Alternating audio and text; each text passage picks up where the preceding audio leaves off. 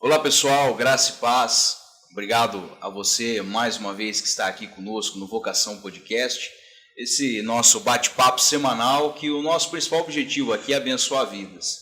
Então a gente está recebendo diversos convidados, conhecendo um pouquinho da história deles, descobrindo o que eles têm, como Deus tem abençoado a vida deles e também profissionalmente quais são os desafios, quais são as dificuldades da profissão e também buscando atalhos, né? Muita gente que tem muita experiência aqui e a gente está querendo entender e incentivar os jovens aí para novas profissões.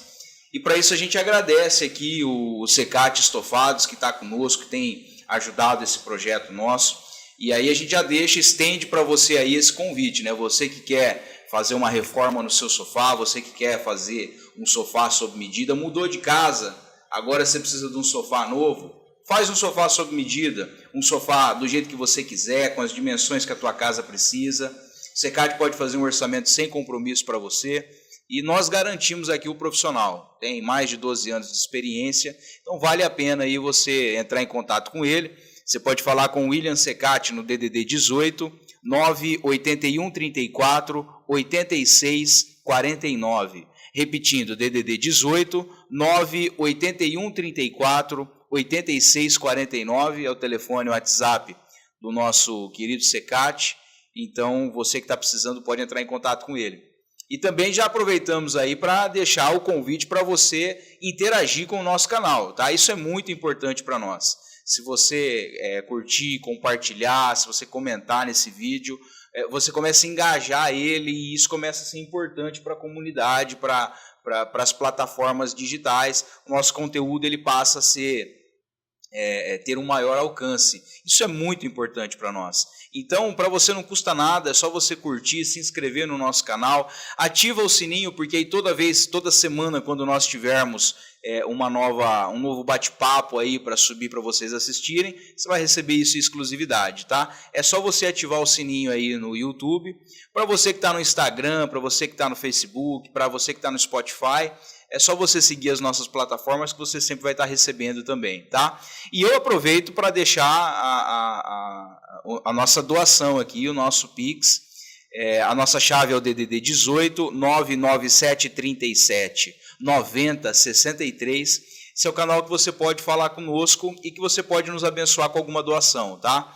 Então, qualquer valor, você já ajuda aí na gente cobrir os custos desse programa e também fale conosco nesse WhatsApp, deixa isso registrado aí no teu celular, na tua lista de contatos. Você pode sempre estar interagindo com a gente, se você quiser deixar um testemunho, deixar alguma palavra, a gente vai estar com o WhatsApp aberto aí, tá bom?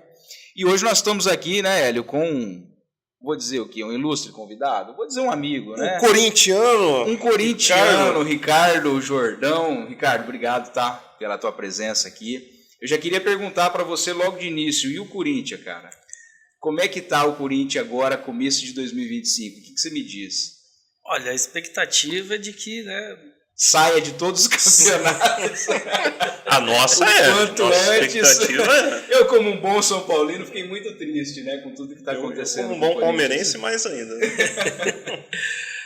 Mas o Corinthians começou bem e deu uma derrapada feia, né? Né? Memphis Depay não está resolvendo os problemas. Acharam que ia ser o salvador da pátria, não está sendo.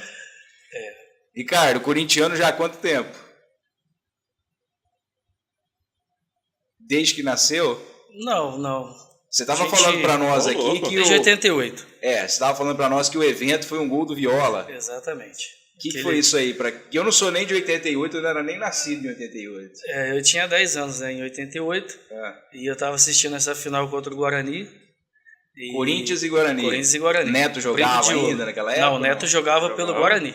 Pelo Guarani. Ele fez um golaço no primeiro jogo da final, não foi? Foi. O jogo de ida ficou 1-1. Gol de meio bicicleta. Gol de bicicleta do Neto, né, no Morumbi. E o jogo de volta no Brinco de Ouro, tava na prorrogação e o Viola faz o gol e aí acontece o título ali e bateu na veia. Aí você falou, a partir de hoje... Vou nos acréscimos. Eu tenho um vizinho que ele tem uma teoria que no final as forças malignas sempre ajudam o Corinthians. É verdade, né? Gol do Viola, prorrogação, no final da prorrogação. Na prorrogação. Você sabe que eu não sou... Eu assisto futebol, mas não sou um fanático como esses dois aqui que estão Não, mas assim, eu não sou muito corintiano. É aquela coisa assim, mais suave, mais light, né? Não é aquela coisa, né? Que o Corinthians jogou, você não abra o WhatsApp se o Ricardinho estiver no grupo. Né? Senão o seu celular trava. Infelizmente isso. Muita figurinha. Mas, uma vez eu ouvi um comentarista esportivo falar, cara, que o Corinthians nunca foi um time de grandes nomes, de grandes estrelas, de grandes elencos. Sempre foi um time de raça. Operário, né? Um time da massa, um time que sempre teve raça para jogar bola, né? Tipo, o jogador que joga no Corinthians não precisa ser craque.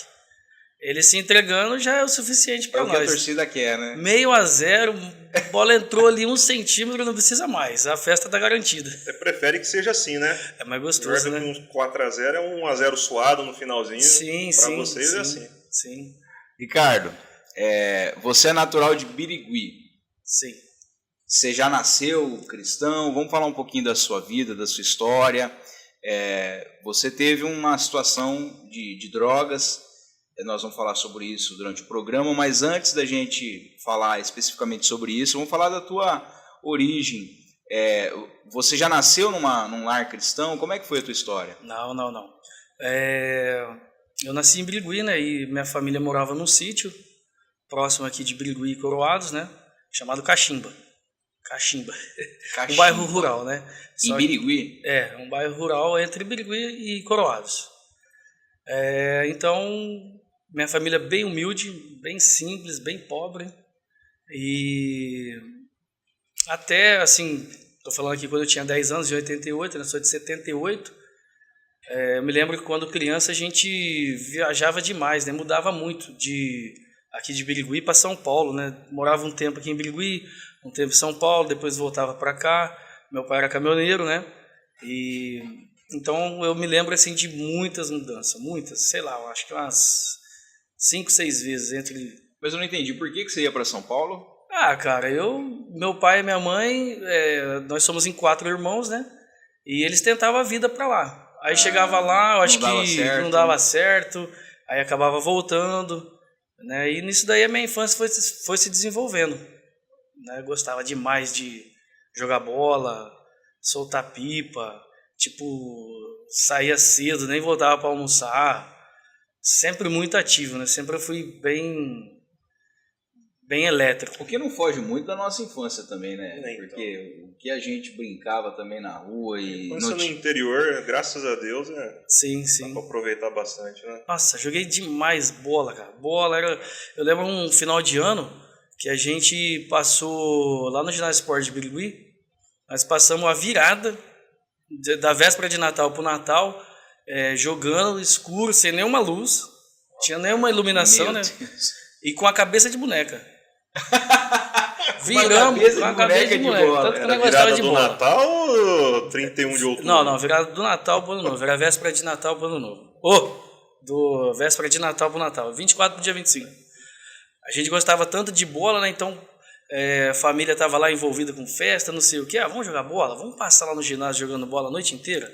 Vamos.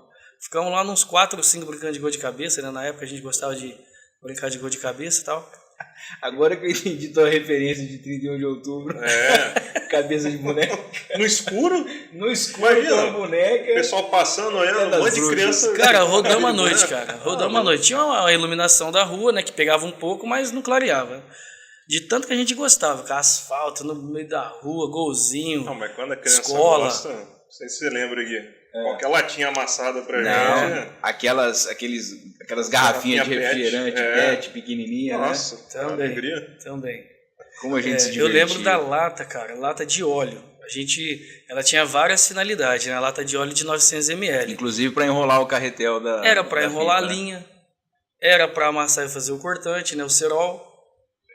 Não façam isso hoje, viu? Não faça isso. Um podcast é contra o uso. Embora a gente já fez muito, exatamente. Mas a gente é contra. Mas tipo assim, na nossa infância era tudo comum, né? Era muito comum. Todo mundo fazia isso aí da nossa idade. E fazer pipa, né? Soltar pipa. Eu lembro com 10 anos, cara.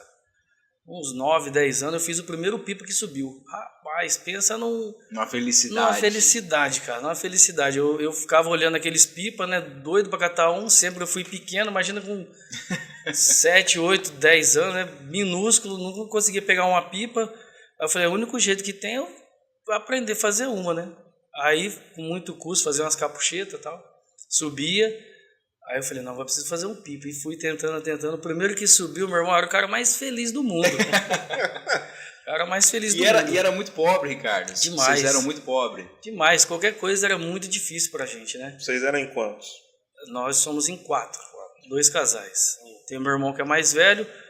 Hoje ele tem, acho que é 53. Aí depois tem a outra minha irmã, tem 49.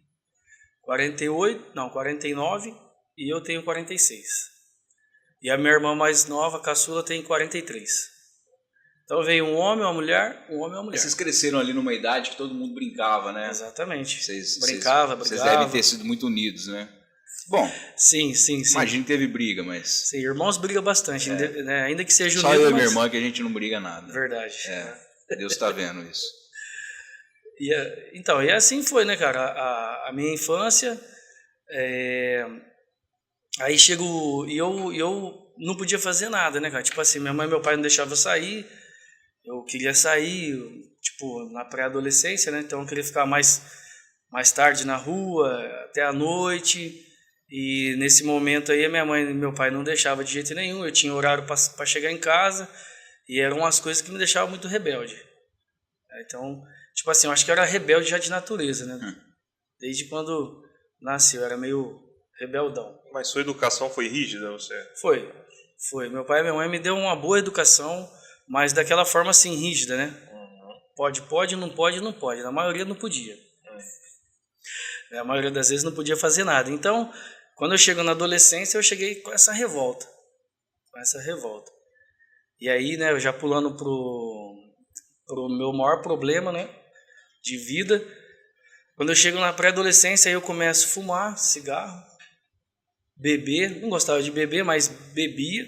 Falava assim, não gostava. Quantos anos você tinha aí? Ah, cara, tipo assim, né, nas festas entre família, minha família sempre foi regado muita bebida, música alta, aquelas festas assim, tradicional, né? Então de vez em quando eu tomava, aí saía com alguns amigos já nessa pré-adolescência, comecei a tomar. Você era menor, você devia ter uns 15 anos. Nessa época eu tô te falando assim, eu ia ter uns 13, 14 mais ou menos. Tá. Aí já tomava, mas eu não gostava de bebida, não, falar a verdade. Nunca fui fã. Tomava porque tava junto, né, para não ficar para trás, nunca queria ficar para trás de ninguém, sempre para frente pra caramba, né? E aí até que num desses dias saindo e tal, aí eu experimentei maconha. Onde que eu morava, da última vez que eu vim de São Paulo, depois a gente ficou sempre em Birigui, né? Até uns 10 anos mais ou menos. Em 88 que eu já morava em Birigui. Dali pra frente eu só fiquei aqui em Birigui. Depois eu, com 18, eu fui morar de novo em São Paulo, fiquei 2 anos e voltei. Mas nesse período, eu morava num bairro em Birigui, chamado Santo Antônio, né? E a minha mãe ganhou as casinhas da Coab lá na Teresa Barbieri. Tô falando lá de Birigui, quem é de Birigui sabe. Uhum. Então, cara, era muito longe, cara. Era um bairro bem afastado, propício para tráfico. Eu cheguei a pedir para Deus para não acontecer de minha mãe ganhar aquela casa. Porque o lugar lá era muito feio, muito longe. O cara morava no sítio, hein? Não, era sítio. Longe. Você vê, desse bairro. O sítio era mais perto que o bairro. Pois é, mais ou menos isso aí mesmo, né? Mais ou menos isso aí mesmo. Então, nessa época aí, minha mãe ganhou essa casa lá na Coab. E aí eu comecei a morar lá, beleza. E aí ali só tinha, cara, só crime. Ali só tinha... É difícil você fazer uma coisa certa ali, né? Então você tá inserido num lugar que todo mundo, tipo assim, usa droga, muitos roubavam, assaltavam, e eu vivia ali no meio. Aí eu fui criado ali no meio, já nessa pré-adolescência. E ali, como eu tava falando, a primeira vez que eu usei maconha. Passei mal, vomitei, né? Passei muito mal esse dia. Sua primeira experiência foi ruim, então? Foi muito ruim, muito. Falei, como que os caras fumam isso aqui, cara? Nossa, você é louco. Pensei comigo, né? Mas beleza. Aí continuei saindo, tal, bebedeira com os amigos ali e tal. E aí outra vez eu fumei maconha de novo, mais lá pra frente, tipo 6 meses, 1 ano pra frente. Aí eu senti a sensação. Beleza. Assim eu entrei nas drogas. Comecei tomando, já fumava cigarro. Você tava com 15, 16 anos? 13, 14 mais ou menos. Uns 13, 14. Eu já fumava cigarro direto. Caramba, com 13 anos, então você já iniciou no mundo das drogas. Aí, assim, eu já fumava cigarro, bebida às vezes, de ficar bêbado, né? E aí eu comecei a usar maconha, fumar maconha. Aí eu trabalhava também, né? Eu trabalhava de office boy lá no escritório. E eu lembro que eu peguei saí de lá e eu peguei um acerto. Tinha lá uma quantia. Aí tava numa lanchonete, a gente tava comendo, tomando cerveja lá, e aí eu enchi a cara, fiquei bêbado. Aí alguém veio pedir um fósforo emprestado, que estava numa casa em construção próximo dali de onde que a gente estava. E eu tinha fósforo, né? Eu fumava, tinha um fósforo, dei pro cara, que eu conhecia. Só que aí eu tive a curiosidade de ir junto, né? Pra ver lá o que é que eles estavam fazendo. Cheguei lá nessa casa que estava em construção, acho que tinha uns 8 mais ou menos, lá dentro, lá tudo usando, tudo quieto, escuro, um prato no meio, cheio de crack. Crack? Você pulou da maconha pro crack? Essa aí foi a primeira vez que eu fumei crack. Aí cheguei nessa casa em construção, esses 8 lá, um prato no meio, um monte de droga, um monte de crack, uns 3 cachimbos, né, de usar, lata de cerveja furada também, era um cachimbo para usar. E aqueles caras tudo quieto, eu olhei aquilo ali e falei, vai, negócio estranho, né? Você chegar num lugar, eu tava bêbado, alterado, né? E de repente tá tudo em silêncio, todo mundo quieto. E aí o cara já não falou nada, o cara colocou pra mim e falou, fuma aí. Aí eu vi que um jeito que o outro tava fumando, um jeito que o outro tava fumando, e eu pum. Foi a primeira vez que eu usei, eu tava bêbado. Na hora, Guilherme, na hora, fiquei lúcido, na hora. Você tá queimando a droga ali. Cortou o efeito. Na hora, é instantâneo, você tá mandando pra dentro, tão forte que é. Da sensação tão... que ele dá, né? Porque o crack é assim, o crack ele... você tá queimando aqui, é instantâneo, ele já sobe já e você sente aquele prazer. Aí assim eu tive a primeira experiência com o crack. Cara, e aí eu queria aquilo ali toda hora. Porque é uma sensação assim, cara, é muito prazeroso. Né? Eu lembro que nessa época aí eu sentia um super-homem. Falava, nossa, cara, que negócio que é esse, velho? Né? Você usava aquilo ali, saía, parecia que você virou um super-homem. A sensação era essa. Você ficava mais tranquilo e confiante? Tranquilo não, você ficava, era tipo super, hiper, mega, né? A minha sensação sim. Forte naquele momento, tá? Sim. Que aí depois passa a ser outras coisas, mas os primeiros contatos assim, com crack é desse jeito. Você tem uma sensação de que você é o maior e tudo mais, e nessa época, eu tô falando isso aí, é 94. Nem se falava ainda de crack. Então, a gente usava, por exemplo, na rua, ninguém sabia o que a gente estava fazendo. Ninguém sabia o que era aquilo ali. Né? Pra você ter uma ideia assim, de tanto tempo que já faz, a gente usava também o crack naquelas pasta Colinos, creme dental. Tinha a pequena e tinha a maior. Aquela maior a gente tirava o fundo, abria ela, tirava ali o produto, né, o creme dental, fechava o fundo, furava e fumava ali pela boca dele ali. Andava com isso daí. Tinha polícia que nem sabia o que era aquilo ali, nessa época, tô falando, foi logo quando chegou. Cara, e aí, tipo assim, nunca mais quer dizer, depois eu parei, mas não conseguia mais parar de usar. Até então você não teve conhecimento, não tinha conhecimento nenhum com Deus, a tua família? Não, nessa época aí não. Nessa época aí é que eu tô te falando, tipo assim, eu não conseguia, tipo assim, focar em alguma coisa boa. Não queria e não conseguia. Então, tipo assim, eu tava satisfeito ali naquele... Aí quando chegou as drogas, chegou principalmente o crack, cara, aí, tipo assim, eu vivi uma lua de mel com essa droga aí anos. Isso deve ter prejudicado o teu estudo? os teus relacionamentos? Então, aí o que acontece? Estudo, parei. Até nessa época aí, eu lembro que eu estava na 7ª série, né? E não tinha repetido nenhum ano até então, né? Porque na época repetia mesmo, se você não fosse bem, você repetia. Não é tipo que nem hoje, né? Tipo assim, tem que passar. Progressão continuada, né? Então, tipo, se você não tivesse nota, você reprovava e não tem conversa, né? Então, até a 7ª eu fui bem. Fui bem.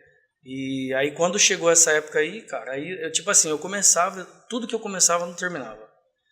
Eu entrava na escola para estudar, tipo, chegava nessa época aqui do ano, março, no máximo abril eu já tinha parado. Porque eu já não ia. Eu ia a primeira semana. Aí ali a gente usava, a galera tava tudo ali, né? E aí não ia. Porque é o seguinte, a droga em si, mas o crack, ele é mais... Tem mais isso que eu vou falar, tipo, você só usa droga. Eu dormia e acordava querendo fumar crack. Só pra isso. É uma prisão mesmo, é uma escravidão. É uma prisão, mas naquele momento ali, eu queria aquilo ali mesmo. Tipo assim, não era uma coisa que eu queria parar. Entendi. Eu não queria, naquele momento ali, eu queria aquilo ali. Dormia e acordava só pra usar crack.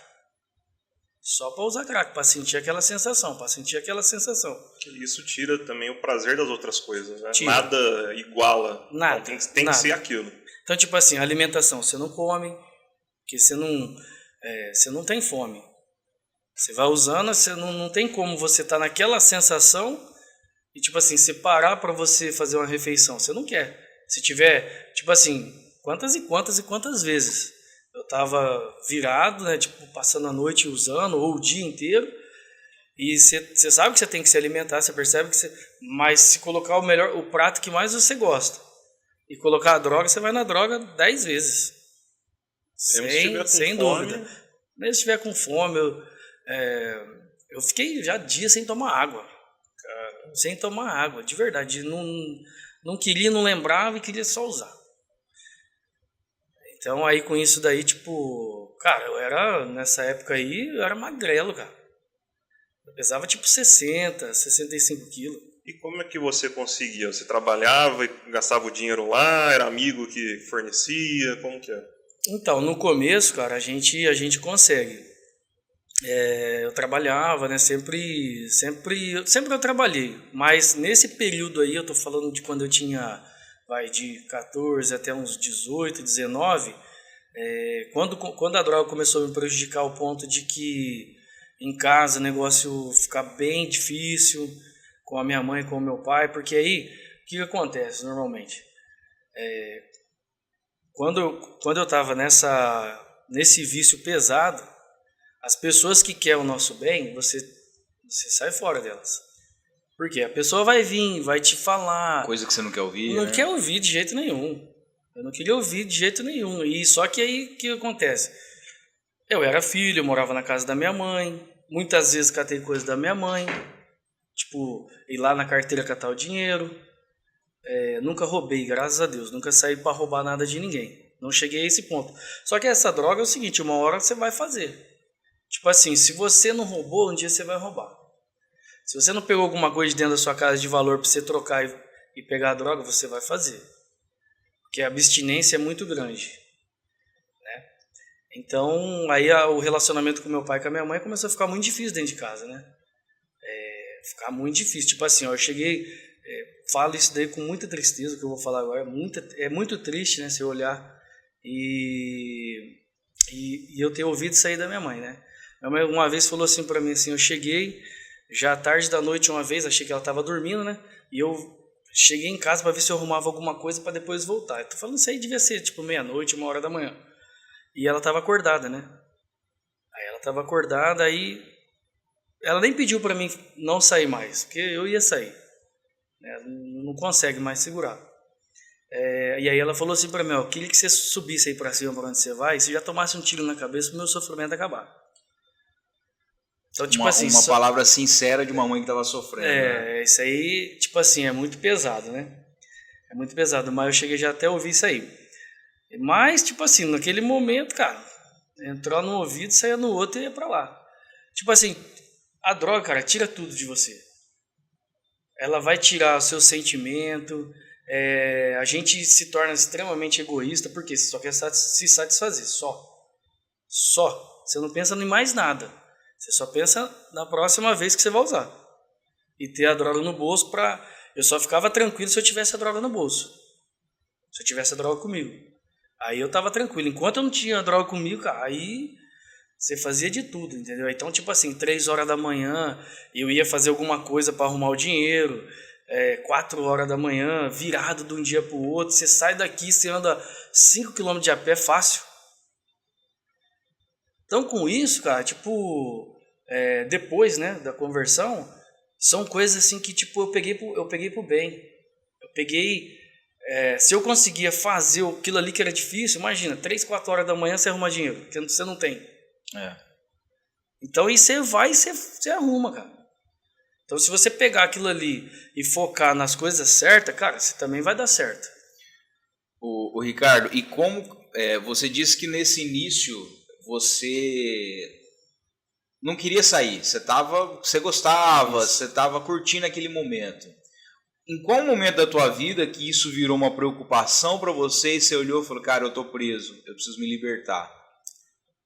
O que momento que isso aconteceu? Então, momento de sofrimento, porque se o sofrimento, na minha opinião, se o sofrimento não vir, o cara fica lá. E não quer dizer também que o sofrimento, através do sofrimento, todos vão sair. Nem todos, infelizmente, né? Estatística, a maioria não sai. Mas vou falar da minha situação. Aí estava muito difícil, eu estava muito fraco, não se alimentava. Isso aí eu estou falando de anos. Então fica muito fraco, debilitado. Eu sempre fui ativo, sempre gostei de jogar bola, não conseguia jogar bola. Não sentia prazer em outras coisas. E aí, cara, o tempo vai passando, você começa a olhar para você, você fala, cara, olha no que eu me tornei, cara. O que eu tô fazendo? E não consegui sair mais, né? Tipo assim, no começo, ninguém fala que você tá... que eu era um viciado. Ah, não, eu não sou viciado. Quando quiser eu paro, né? Todo mundo, quando começa, tem essa falsa sensação de que qualquer hora que eu quiser eu paro. Então para ver. Não consegue, né? Aí a hora que você vai tentar parar, que você vê que o negócio tá sério, que só tá te prejudicando, e que você tá perdendo todas as oportunidades da sua vida, que as coisas boas, tipo assim, você só fica no meio de coisa ruim, cara. Tipo assim, ali no meio tinha de tudo, cara. Traficante, cara que já tinha matado, cara que roubava banco, que participou de assalto de banco. Nessa época aí era muito negócio de gangue, né? Da onde que a gente morava ali embaixo da Vila Bandeirante, Cidade Jardim, Coab, era tudo junto ali. Então juntava todo mundo com briga com outras gangues lá de cima, dos caras lá de cima. E você vivia só isso aí. Nessa época aí eu vivia só isso. Era extremamente violento ali onde que a gente andava, né? Muita gente armada e tal. E aí onde que agrava, que aí eu quis tentar sair, foi quando eu peguei 50 gramas de maconha de um cara, de um traficante, né? É um volume grande, né? 50 gramas é um tanto grande, pra gente que consumia bastante, tipo assim, pra mim ia dar uma semana eu fumando pra caramba, né? Como se a gente tivesse comprado 1,5 kg de pura folha de erva de tereré, né? Ia durar um tempão. Por aí. Só que tereré a gente toma 1, 2 vezes por dia, né? E no caso, quem é maconheiro nato mesmo, cara, vai fumar 4, 5 cigarros de maconha por dia. Né? E mesmo assim, fumando tudo isso, 50 gramas ia dar tipo uma semana mais ou menos. O que eu fiz? Catei essa droga, dava pra todo mundo, colocava pra todo mundo fumar, e eu tinha que pagar o cara. E o cara era cara que matava. Cara que matava e cara que ia cobrar. Eu sabia disso aí. Conhecia todo mundo, né? Amizade é amizade, só que chega nessa hora aí, meu irmão, você tem que se virar. Não tem negócio de mais. Você paga com a vida, das duas uma. Não tem conversa. E aí eu catei essa droga, coloquei pra todo mundo, né? Nunca fui de traficar, mesmo porque eu não conseguia. Se eu pegasse a droga eu ia usar. E aí eu não paguei esse cara. Eu fiquei devendo para ele. Era R$35 na época, eu lembro. R$35. Isso aí eu tô falando de 97, mais ou menos. Era em 97. Aí o que aconteceu? Esse cara ele foi 3 vezes na minha casa pra me matar. 3. Porque passou o tempo, eu não conseguia pagar ele. Aí todo o dinheiro que eu pegava, em vez de eu pagar o cara, eu ia fumar crack. Então eu nunca arrumava o dinheiro para pagar ele. E era uma quantia de hoje, vamos colocar aí uns R$350. Não era um dinheiro absurdo. Não, assim. R$35 para os nossos dias atuais é pouco. Mas para aquela época lá, cara, eu tô deduzindo aí, é mais ou menos aí uns R$300, R$400. Então, tipo assim, para quem tava ali desandado, fumando crack 24 por 48, você não conseguia arrumar. Você não conseguia levantar esse dinheiro e ir lá e pagar o cara. E esse cara foi em casa 3 vezes. E uma vez ele foi lá, a minha mãe atendeu ele, aí logo em seguida eu cheguei em casa. Aí a minha mãe falou, quem que é esse cara que tá vindo aqui? Quem que é esse cara aí que tá vindo aí, que veio aqui atrás de você? Né, o cara, barra pesada mesmo, que matava. Os caras tinham arsenal de arma. Não vou dar nome aqui, mas os caras roubavam até casa de polícia para roubar arma. Caramba. Os caras eram desses aí, que eles sabiam onde que morava um policial, às vezes eles invadiam lá só para roubar arma. Eles tinham arsenal mesmo, muita arma, muita. Aí, minha mãe perguntou isso aí pra mim, quem era, eu desconversei, né, vou lá saber quem que é esse cara, né, mas eu sabia quem que era. E aí eu já não podia mais andar na rua com tranquilidade. E os problemas, assim, de toda sorte, cara, só coisa ruim. Aí eu me lembro que o meu tio, ele vendia livro, e aí ele me chamou para ir para Goiânia, que ele ia vender. Eu falei, não, vou com ele. Vou com ele, né? Aí eu falei, vou sair daqui, vou trabalhar e vou com ele. Só que, cara, eu tava desandadaço, né? Mas mesmo assim eu fui com medo. Tava com medo de morrer. E vou puxar um gancho aí, né?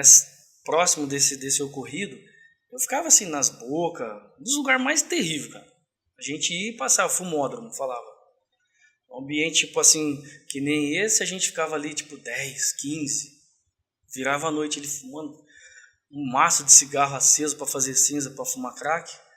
E uma vez eu lembro que eu tava com um casal. Tava eu, mais um amigo meu e um casal que era da casa. A gente virou a noite usando. Aí saímos, eram umas 6:30 da manhã, tava clareando o dia. Cara, mas acabou de sair, o cara matou a mulher dele na enxadãozada. Meu Deus do céu. Não acabou de sair. Ele queria usar mais. O casal discutiu, o cara queria mais, porque a gente saiu dali, acabou. A gente foi embora, eu e outro meu amigo. E ele queria lá o dinheiro da mulher dele, eu acho que ela não queria dar. E ele chegou ao ponto de catar um enxadão e deu na cabeça dela e matou ela. Então eu tava sentindo, Gui, nessa época aí, eu tava sentindo, cara, uma coisa assim, até é difícil de falar, cara, senti que a morte tava te rodeando, cara. Tava me rondando. Eu percebi isso daí. E esse cara vinha atrás de mim, e aí eu comecei a usar a droga, eu já não sentia mais o efeito da droga. Eu acabava de usar a droga aqui, parecia que tinha alguma coisa me seguindo. começou a paranoia. E aí, cara, eu sei lá, cara, eu não posso te falar se é espiritual ou sei lá se é uma coisa da cabeça, uma reação, né? Eu já li algumas coisas, já ouvi alguns especialistas falando, tipo assim, o cara normal, pessoa que nunca usou nada, ela, como se o cérebro dela tivesse um lacre. Quando começa a usar droga pesada, até mesmo álcool, assim, em uso prolongado, o que acontece? Você não sabe distinguir se é a realidade ou, tipo assim, se é um sonho ou se é rompeu aquele lacre, aí já vai para o imaginário. Então, mas o fato era o seguinte, é isso aí que eu tô falando. Tipo, eu usava, parecia que tinha alguma coisa que me seguia. Aí cara, eu já perdi a paz. Sabe, e aquilo ali, cara, foi me deixando muito triste, cara, muito, muito, muito triste, uma tristeza profunda, mas profunda mesmo, porque era a única coisa que eu sentia prazer. Aí eu usava, não sentia mais nada e aquele negócio me seguindo, sei lá se era um espírito, se era parecia um vulto, eu via, Aí escondia atrás de uma árvore. Eu pulava dentro de cemitério, cara. Pulava dentro de cemitério. Já pulei dentro de cemitério sozinho pra usar lá, porque ficava mais tranquilo. Ninguém entra lá, né? Chegava lá, aí que pegava mesmo. Eu, tipo assim, essa parte de usar e ficar, tipo assim, em vez de sentir a sensação, parecia que tinha um vulto ali. Então eu tava desse jeito. Aí fui pra Goiânia, nessa viagem com meu tio. Eu lembro que cheguei em Goiânia, cara. A gente foi entrar vendia livro em escola, né? Aí eu fui com meu tio foi na frente, e eu fui atrás levando alguns livros, né? Ele ia conversar com a diretora da escola pra gente poder vender. Cara, eu tava tão fraco que eu desmaiei, cara. Rapaz. Eu desmaiei no pé da diretora. Foi uma cena assim que até hoje meu tio brinca comigo com isso daí, que foi muito engraçado. Eu tava indo lá, ele foi cumprimentar a diretora e eu caí nos pés deles lá, desmaiado. Aquele suador frio, suando tudo e tal. E bem fraco, né? Pois bem. Você tava no fundo do poço. Tava, ali, cara, né? tava. Se eu tomasse uma porrada bem dada no peito, eu morria. Não precisava ser muita coisa. Tão fraco eu tava. Debilitado assim, de tanto usar, né? Aí, cara, eu voltei dessa viagem lá de Goiânia e cheguei em casa, eu levei minha mala. Tinha uma mala que a gente passava a semana, né? Às vezes até mais. Então eu tinha uma mala grande, aquelas malas de viagem. Quando eu abria o zíper dela assim, puxava a parte, cara, era forrado de cigarro. Eu tinha que levar 2 pacotes de cigarro. Porque eu fumava demais, né? E droga. Eu não usava crack lá com meu tio lá, que eu sempre respeitei ele. Então eu não ia levar problema pra ele. Mas maconha, bicho, eu levava. Quando eu volto dessa viagem, eu cheguei era uma sexta-feira, por volta de umas 8 horas da noite. A gente viajou o dia inteiro e tal. Aí todo mundo foi dormir e eu tava no fundo da minha casa, eram umas 10 horas da noite. Peguei, fiz um cigarro de maconha e comecei a fumar lá. Fumava em casa e tal, fumava em qualquer lugar. Aí, cara, eu comecei a usar, comecei a fumar ali, eu percebi de novo isso daí, aquele vulto.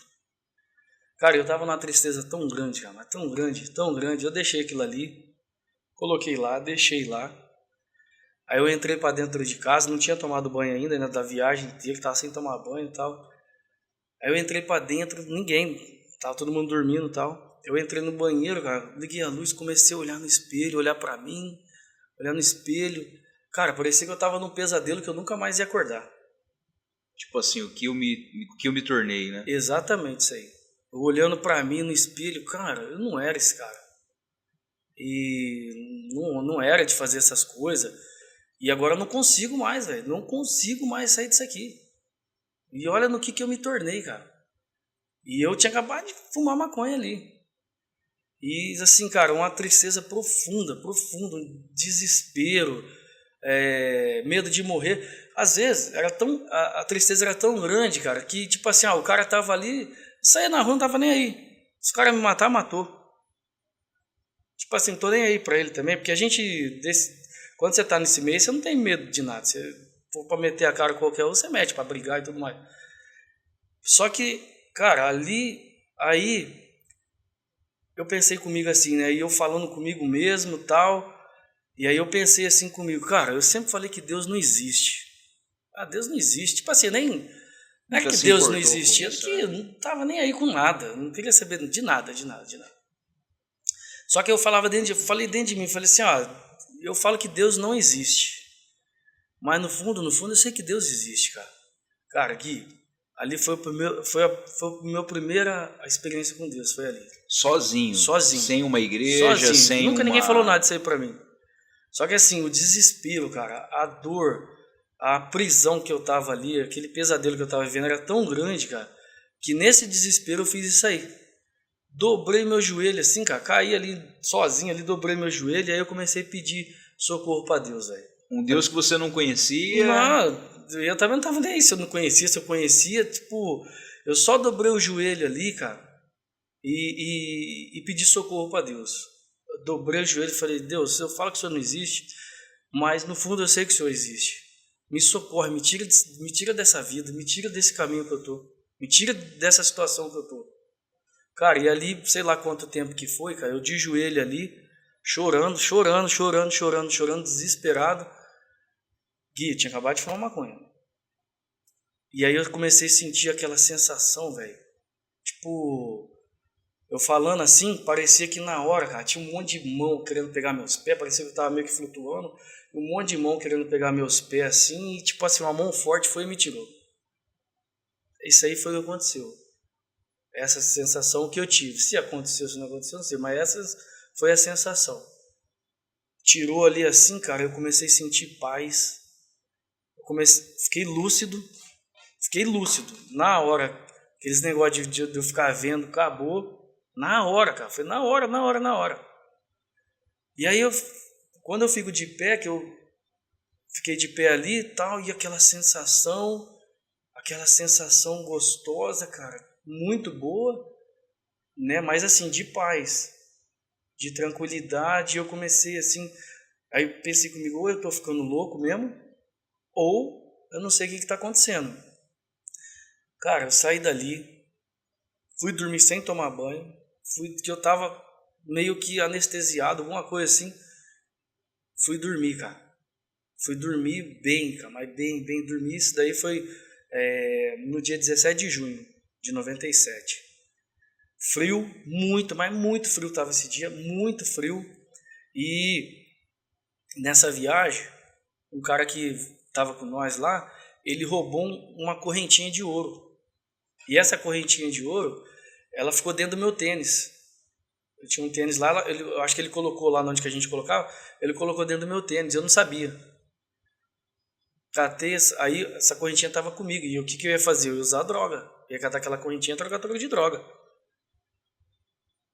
Fui dormir desse jeito que eu tô te falando, cara, no outro dia eu acordei cedo, era umas 6 e pouco mais ou menos.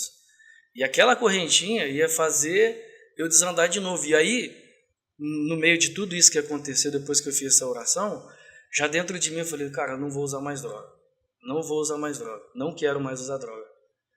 E só que assim, eu não quero agora. Só que como que vai ser? As minhas amizades é tudo com droga. Eu uso droga aqui em casa. E como que eu vou deixar de usar? E como que eu vou lidar com isso daí? Eu vou falar que eu não uso mais? Essa aí era a minha preocupação. E a correntinha que estava lá era para mim usar droga. Só que aí o negócio foi tão grande, cara. Algo foi tão forte, que no outro dia cedo eu catei essa correntinha, levantei cedinho, era vagabundo, queria dormir até as 11, meio-dia, se deixasse ia até esse horário. Levantei cedinho, catei aquela correntinha, e eu morava ali pertinho do Biriguizinho, que é o rio lá de Birigui, né? Falei, vou jogar essa correntinha fora. Se eu ficar com essa correntinha, eu vou lá trocar ela por droga. Cara, catei aquela correntinha, não falei nada pra ninguém. Montei na bicicleta, tinha uma bicicleta, né? Montei na bicicleta, cara. Rapaz, uma sensação gostosa, cara. De liberdade. Mas eu não sabia o que estava acontecendo. Eu não sabia eu percebia, mas não sabia o que estava acontecendo. Cara, eu desci lá para aquele Biriguizinho, lá no rio lá, com essa correntinha na mão. Falei, eu vou jogar essa correntinha fora, não quero nem ver onde que ela vai cair. Senão você pode voltar lá e pegar. Senão eu posso voltar lá e catar se eu ver onde que ela cair. Vai que, né, eu me arrependo, depois eu vou lá e cato. Catei ela, joguei para um lado, assim, eu olhei para o outro, que nem o Ronaldinho. Bateu aqui e olhou para lá. Joguei, nem olhei, cara. Guilherme, aí desse dia pra cá, cara, aí tipo assim, eu não queria mais usar. Não foi a última vez. Não usei mais. Fui parar lá na frente da igreja, eu tava muito fraco, debilitado. E aí eu saí de bicicleta, joguei a correntinha e saí andando sem rumo. Falei, vou lá num bar que eu gostava lá, né, de fazer vitamina, salgado. Falei, vou lá tomar uma vitamina para dar uma melhorada, né. Tomei uma vitamina, comi um salgado, tal. Tô saindo, cheguei lá na frente de uma igreja, cara. Lá em Birigui. Falei, vou entrar para dentro. Entrei para dentro da igreja, falei, vou fazer igual eu fiz ontem. Aí entrei lá no meio dos bancos, né, na época aqueles bancão de madeira. Que igreja que era? Era na Igreja Universal, lá em Birigui. Tá.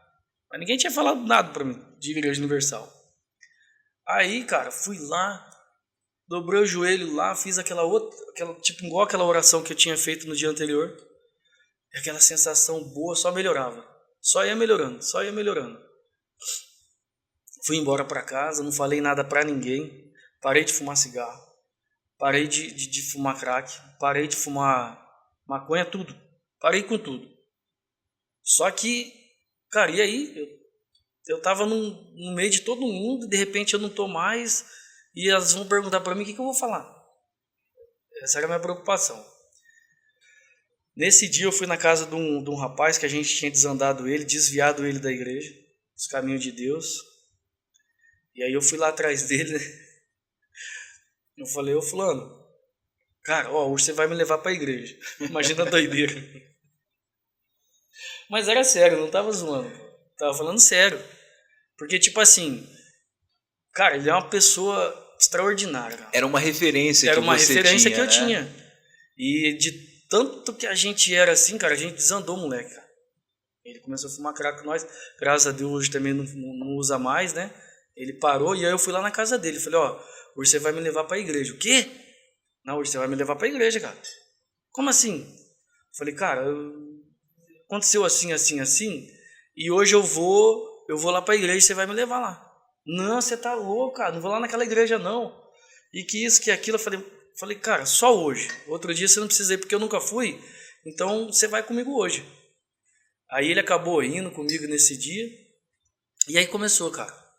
Ali eu comecei a participar lá dos cultos. Naquele momento ali pra mim foi muito bom. Eu precisava, assim, tipo... precisava de alguém que me parasse, assim, tipo... Seguir ordem. Se submeter a uma autoridade. Isso aí não existia. Disciplina, demais. Demais eu precisava daquilo ali. E lá eu tive tudo isso daí com amor naquela época lá. Tô falando disso aí de 97, cara. Era bem diferente do que é hoje. Falo em termos de como eles tratavam, né? O pastor nos tratava naquele momento. O próprio corpo de obreiro lá da época também. Para mim, sim, foi uma bênção. E a importância da igreja tratar todos com amor, né? Com respeito, com dignidade, independente se é um drogadicto, se é uma pessoa bem estruturada, todos têm que ser tratados com amor, né?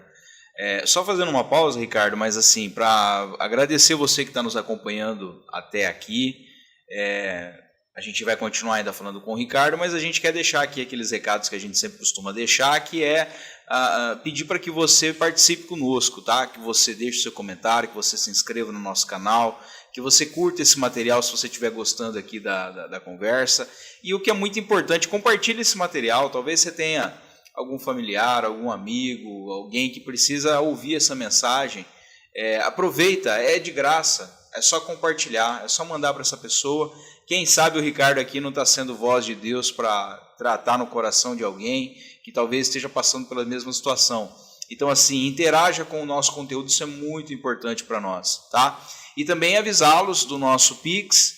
Você que está acompanhando e quiser fazer uma doação, quiser nos ajudar de alguma forma, com algum valor, você tem essa possibilidade, tá? O nosso DDD é o DDD 18 99737 9063, que é também o nosso canal de WhatsApp.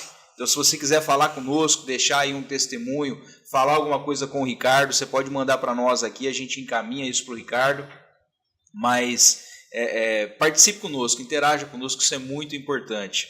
E também agradecer aí o Secate Estofados, né, que está conosco nessa parceria, o Secate que está com a gente desde o início aí, e a gente pede que você que está pensando em fazer algum sofá, algum estofado, cabeceira da cama, cadeira com poltrona, todos esses materiais aí, o William é especialista e eu tenho certeza que ele pode fazer esse orçamento para você sem compromisso. O DDD dele é o 18 981 34 86 49. DDD 18 981 34 86 49 é o telefone do William Secati. Você pode falar com ele e ele vai te atender aí com o melhor jeito possível. Ricardo, vamos continuar então no nosso bate-papo. Vou fazer uma pergunta aqui.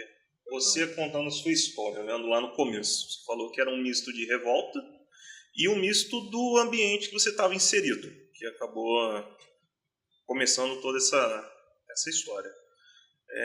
O que você acha que faltou ali hoje, você como um pai? O que faltou, talvez, dos seus pais, mesmo eles sendo rígidos, que, não sei se é a maneira de tratar, a maneira de falar, não ser tão rígido em algum ponto, e você inserido naquele ambiente, que conselho que você daria para os seus pais, você depois de viver tudo isso, que conselho você daria para o Ricardo, jovem daquela época?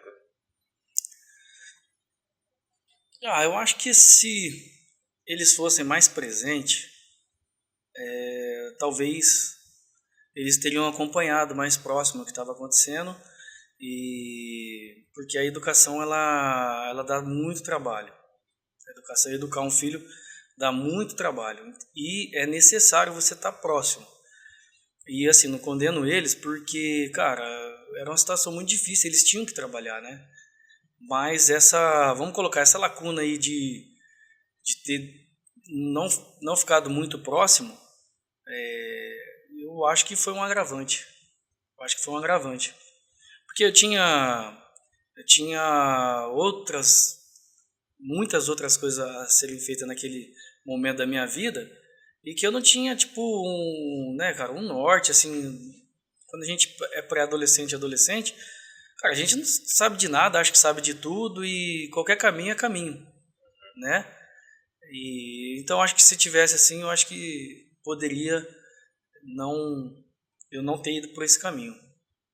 Mas assim, é que eu tô te falando, não condeno eles porque a situação era difícil, eles tinham que trabalhar, então não tinha como conciliar as duas coisas, né? E o que você falaria para o Ricardo, se você encontrasse com o Ricardo de 12 anos lá atrás, o que você falaria para ele? É o que eu tento fazer hoje, cara. Eu vejo muitos jovens assim que tá engrenando, né, no nosso dia a dia, na onde que eu tô morando, próximo desses jovens que tá entrando. Então sempre quando eu vejo, cara, sempre eu vou assim com muito amor à alma dele. Eu vou lá dar um conselho com muito, porque eu sei que ele vai passar, cara.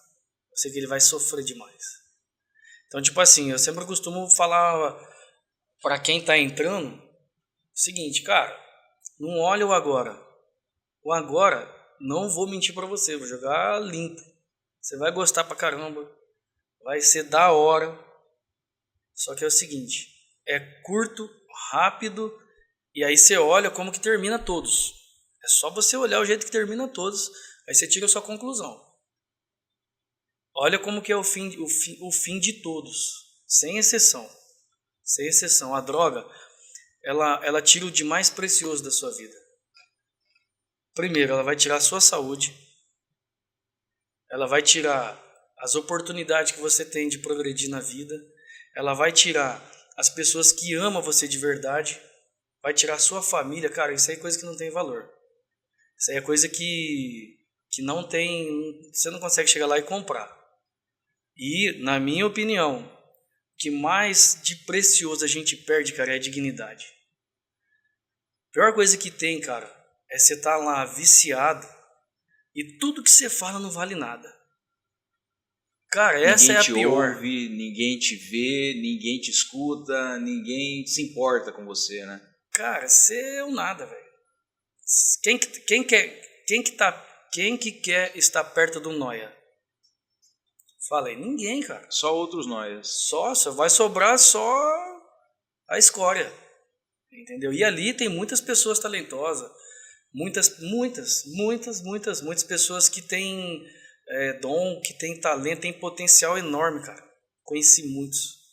Ô Ricardo, e onde é que entra a Tatiane na história? Tá, então eu tô contando aí, isso aí eu tinha uns 19, 20 anos. Né? Até aí. Você teve essa experiência com Deus na igreja com 19 anos. Tá. Aí tal, beleza. Então eu era novo, aí eu comecei a frequentar lá, graças a Deus, né? Parei com tudo e mudei de vida, cara. Tipo assim, Deus me transformou em outra pessoa, cara. E aí, cara, sabe o que eu vou falar, velho? o que é mais forte, cara, é o amor, velho. Que, tipo assim, falar de qualquer coisa, pra mim, naquela época lá, cara, não ia ser nada. Agora, quando Deus entra, cara, você sente o amor de Deus, irmão, pode ser quem for, cara, você se desmancha. Tipo assim, você se prostra, você se rende. Não é na força, na brutalidade. Na força do amor, cara. Do amor de Deus. Tipo assim, você vai se sentindo amado, você vai se sentindo, Deus vai te transformando. Então, tipo assim, aquele cara ruim que eu era, que só oferecia problema para minha família, para a sociedade, e de repente, cara, começa a mudar por dentro, cara. Só que aí, Gui, o que assim acentuou essa mudança, cara, nessa época aí, eu passava o dia inteiro trancado lendo a Bíblia, cara.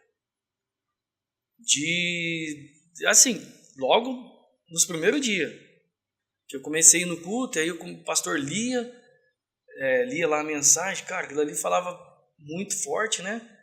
E anos, cara, eu passava o dia inteiro lendo a Bíblia, trancado no meu quarto, minha mãe achava que eu tava ficando louco. Só que assim, cara, parte muito boa também, que isso aí me dá uma satisfação muito grande, foi que a minha mãe foi acompanhando. Minha mãe contava uma história, né? Uma vez estava com 2 amigos meus lá na frente de casa, os caras que andavam junto, que moravam bem pertinho de casa, né? Eles eram tipo que nem irmão. Onde que um tava, o outro tava, né? Parecia a sombra. E aí nós estávamos ali na frente, esses 3, tô falando aqui porque eu lembrei da minha mãe, e que isso aí foi um caso, nossa, depois de 20 anos lá na frente ela contava. E a gente lá na frente lá, e aí, o que você vai querer ser? Nós conversando entre nós, né? Nem eu lembrava mais dessas conversas, né? E o que você vai querer ser? Aí um falou uma coisa, o outro falou outra. Aí ela falou assim, quando chegou na vez do bonitinho aí, ele falou assim, você é o maior traficante lá no morro do Rio de Janeiro. Cara, até esses dias ela falava isso daí, falava assim, nossa, cara, eu cheguei perto, né? A gente estava na frente da minha casa, e ela chegou perto, assim, acho que ela ia falar alguma coisa pra mim, aí ela escutou a conversa e ficou ali, né? Prestando atenção. Aí quando chegou na minha vez, o que você quer? Não, cara, eu quero ser o maior traficante lá do morro do Rio de Janeiro e comandar tudo aquilo lá, cara. E ela ficava rasgando com isso daí. Então, mas aí ela acompanhou também essa parte aí, né? Essa parte, assim, da recuperação, de eu não estar indo mais atrás. Cara, eles ficaram espantados. Assim, eu tô falando que eu acho, que eu via neles, assim, eles meio que não entenderam por anos. Seus irmãos não tiveram a mesma experiência que você? Cara, eu e meu irmão usava, junto. Não crack, né? Sim. Não crack. Meu irmão usava junto, em casa. O dia que nós estávamos aqui, fumava que nem fumava cigarro. E meu irmão também hoje, graças a Deus, também parou, não usa mais nada. Então a minha mãe, ela foi e acompanhou tudo isso daí, né? A minha mudança, e era sério, cara. Tipo assim, eu não fiz aquilo ali pra fazer média. Era algo verdadeiro. Eu tinha que passar no meio dos caras, velho. Eu ia pro culto lá, e quando eu voltava, eu tinha que passar no meio de onde que eu ficava. Você imagina, cara, eu passava com a Bíblia no meio dos caras, velho. E o pessoal? Tipo assim, os caras ficavam de um lado da avenida, né? Os caras ficavam de um lado, assim, tinha uma avenida lá, né? Lá na Teresa Barbieri, Avenida das Rosas. E tinha lá a Praça do Cristo, era ali que nós ficava, ali era o point, né? Então, cara, ficava aquela nata de maloca, né? E eu passava lá com a Bíblia, do outro lado, né? Sempre tinha um que via, cara. Passava falando, tomara que ninguém vê. Porque, tipo assim, eu tinha assim comigo. Eu saía da igreja, e na onde que eu usava droga, era lá no meio da vila, que era um pouco mais afastado, e depois onde que eu ficava, lá onde que eu morava, eu naquele momento eu tinha assim comigo. Não vou desviar de ninguém, cara. Se eu tiver que passar ali, eu vou passar ali, Deus está comigo e eu não vou usar. E eu não vou disfarçar, cara. Eu não posso esconder isso aqui. Ou é ou não é, né? Ou é ou não é. Só que era difícil, cara. Eu passava lá no meio, lá das biqueiras lá que eu ficava lá na vila, e depois eu tinha que passar lá no meio dos caras que eu ficava lá. Cara, era 20, 30. Aí eu passava, tipo, meio pros caras não me ver, né? Do outro lado, assim, aí sempre tinha um. Ah lá, o irmãozinho. Ah, o crente. Ah lá, o pastorzinho. Cara, aquilo, cara, minha orelha chegava a arder, velho. Esquentava, ficava vermelho, cara, assim, de vergonha. de não sabia o que fazia. Aí eu lembro que uma vez eu cheguei pro pastor e falei, pastor, como que eu lido com essa situação? O que tá acontecendo assim, contando mais ou menos isso aqui que eu tô contando pra vocês, e os caras, tipo assim, os caras não me respeitam, nada assim, né, e eles nunca vão me respeitar. Aí eu lembro que ele falou assim pra mim, ó, fica tranquilo. O seu testemunho fala por você, você não vai precisar ficar falando. Tipo assim, se você não for lá mais usar com eles, o seu procedimento vai falar pra eles, você não precisa abrir a boca.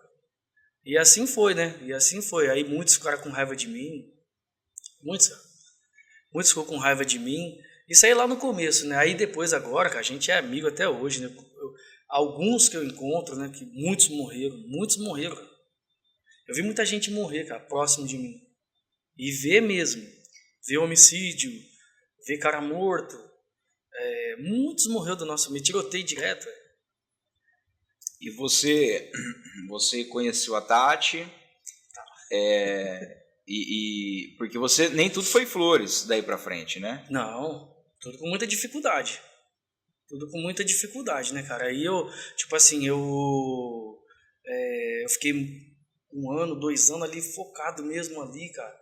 Tipo, foi um aprendizado pro resto da vida, como que eu ia lidar dali pra frente nessa parte minha que eu tinha esse problema das drogas.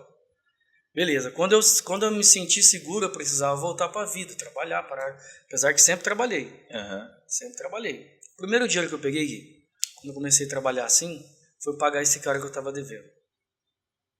E foi muito legal, cara, essa oportunidade. Foi muito legal. O cara tinha participado de assalto de banco, traficante, um revólver, né? E aí eu catei esse dinheiro, eu falei, vou lá pagar ele. Eu falei, eu vou lá pagar ele, né? Eu falei, eu tenho que ir lá pagar ele, não posso dar o dinheiro para outro pagar, não. Não, eu peguei com ele, eu vou pagar para ele. Aí catei esse primeiro dinheiro que eu peguei, depois eu comecei a trabalhar, né? Que aí aconteceu a conversão que eu tô te falando. Catei, cara, esses R$35, fui lá na casa dele. Quando eu cheguei 1 quarteirão perto dele, ele tava lá na frente da casa dele. Rapaz, eu falei, eu vou. Gelou. Por dentro você gelou. Orei, jejuei. Tipo assim, dias pra mim fazer isso aí. Depois que eu fiz isso aí tipo assim, eu fui, cara. Quando eu vi ele, vou falar, não, eu gelei. Só que tipo assim, cara, eu tava confiante que eu tava fazendo. Eu vou. Só que quando eu fui chegando perto, o cara, tipo assim, ele não tava acreditando que ele tava me vendo. Como assim o cara vai vir aqui? Ele achou que eu ia matar ele. Né? Porque é isso aí que acontece. Era o mundo que se vivia. É assim que funciona. É assim que funciona. Tipo assim, normalmente o que acontece? Ou a mãe dele vai chorar ou a minha.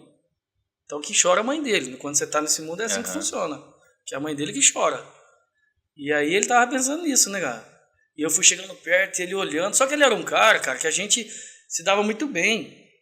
A gente faz muita amizade boas, cara. São pessoas que, se tirar aquilo ali, são pessoas boas. Você conversar, tal. Então eu tinha um bom relacionamento com ele, de conversar, tal. Cheguei perto dele, ele foi olhando assim, olhando. Até eu chegar perto, e aí, cara? Ele me chamava do morro, e aí do morro? E aí eu falei assim, não, cara, vim te pagar aqui. Ele falou, é mesmo? Eu falei, é. Eu falei, quanto que é? Ele, 35, eu falei, tá aqui. Cara, é mesmo, cara, rapaz, tô sem nada aqui em casa, cara. Tô sem nada aqui pra comer. Tinha uma filha pequena, recém-nascida. E aí, cara, como que você tá? Cara, tô bem, cara. Parei com isso daí, não tô mais usando. O quê? Parei, cara, tô sossegado, tal, assim, assado. É mesmo? Falei, é. Pô, firmeza então, irmão, vai lá, cara, é isso aí mesmo, tal. Não sei o que lá. E assim, graças a Deus, paguei esse cara, saiu um elefante das costas. Imagino. Espero que você tenha gostado desse bate-papo, ele vai continuar semana que vem. Espero que você se inscreva no nosso canal para você receber essas informações aí com prioridade, você vai receber primeiro do que os outros. Então ative o sininho do nosso canal e seja bem-vindo ao Vocação Podcast. Essa é a nossa principal missão aqui, trazer essas conversas que vão edificar a sua vida. Um agradecimento especial aí ao William Secati. Mais uma vez, para a gente encerrar, você que estiver pensando em fazer algum material aí de estofado, fazer um sofá sob medida, fazer a cabeceira na sua cama, precisar fazer uma reforma no teu sofá, o William Secati é a pessoa indicada para isso. DDD 18 9 81 34 86 49. William, obrigado pela parceria. Ricardo e Hélio, obrigado pela presença de todos aí. Fiquem todos com Deus. E obrigado a você que nos acompanhou até aqui. Deus abençoe. Até mais.